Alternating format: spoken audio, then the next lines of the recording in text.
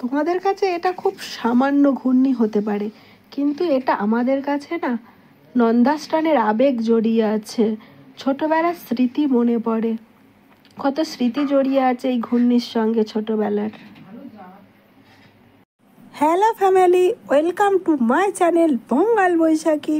Guys, আমরা এখন যাচ্ছি নন্দাস্থানে। দীর্ঘ বহু বছর পরে আমি নন্দাস্থানে যাচ্ছি। এতদিন বলতে তখন আমি যেতাম আমার ঠাকুমার সঙ্গে, কিন্তু এখন ঠাকুমা আমার সঙ্গে যাচ্ছে। তাহলে ভাবো কতদিন পরে আমি যাচ্ছি। এটা সাধারণত আমাদের এই কাশীনগর চক্রতীর্থে নন্দাস্থানটা হয়। এই নন্দাস্থানের সঙ্গে অনেক পৌরাণিক কাহিনী জড়িত রয়েছে। তো চলো আমি আস্তে আস্তে সব কাহিনীগুলো বলবো, তোমাদেরও বেশ ভালো লাগবে। যেমন গঙ্গাসাগর বা এরকম গঙ্গা স্নান, এইসব স্নানগুলো হয়, তার মধ্যে নন্দাস্থান একটা অন্যতম।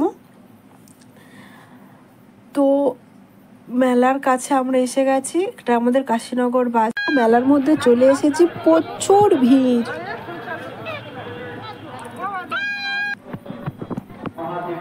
এটা না অনুকূল ঠাকুরের মন্দির, বেশ সুন্দর দেখতে।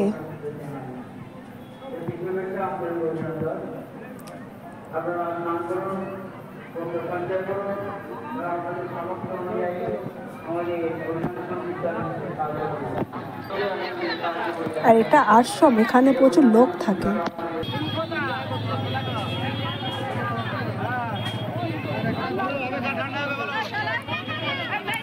সবাই বাবা মায়ের পিণ্ডদান করছে, বা বাড়ির আত্মীয় স্বজন যারা মারা গেছে তাদের পিণ্ডদান করছে।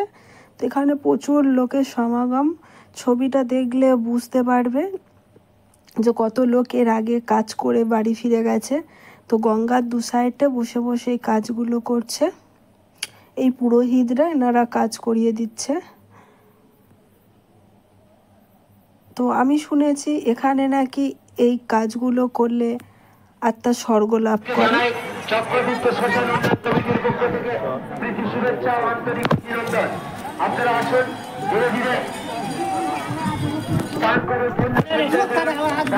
একটু দূরে লক্ষ্য করলে বুঝতে পারবে কিছু মানুষ জামা কাপড় শুকনো করছে আর ওই বস্তাগুলো ভরছে। যারা ওইখানে কাজ করছে না তাদেরই জামা কাপড় এগুলো। এটা হলো আমাদের সেই আদি গঙ্গা। আমরা যখন যাই তখন 12টা বাজে, তাই ভিড়টা অনেক কম। ভোর রাতে প্রচুর ভিড় ছিল। তো আমরা ভিড় এড়ানোর জন্য দুপুরে এসেছি, তাও যা ভিড় ছিল চোখে পড়ার মতন। এখানে 5টা ঘাট, কিন্তু কোনো ঘাটেই লাভাই যাচ্ছিল না, এত ভিড়। কিন্তু আমরা এই মেন ঘাটটাই যাব স্নান করার জন্য। আমাদের নন্দাস্থানের পুরো মাহাত্ম্যটা এখানে সংক্ষেপে লেখা আছে, প্লিজ এটা একটু দেখবে, খুব ভালো লাগবে। তো আমরা এখন মেন ঘাটের কাছে চলে এসেছি। এই ঘাটে শ্রী চৈতন্যদেব মহাপ্রভু স্নান করেছিলেন, মানে এই নন্দাতে। আর এই রাস্তার দুদিকে প্রচুর মানুষ বসে আছেন, যারা হচ্ছে গঙ্গা স্নান করছে। স্নান করার পর এনাদেরকে চাল, ডাল, সবজি, অর্থ ইত্যাদি দান করছে। আর এখানে চৈতন্য মহাপ্রভু স্নান করেছিল বলে এই ঘাটের কাছে বড় করে একটা চৈতন্য মহাপ্রভুর ছবি, মূর্তি তৈরি করা আছে। প্রচুর ভিড়। তো আমরা এখন লাইন দিয়ে দাঁড়িয়ে আছি স্নান করার জন্য।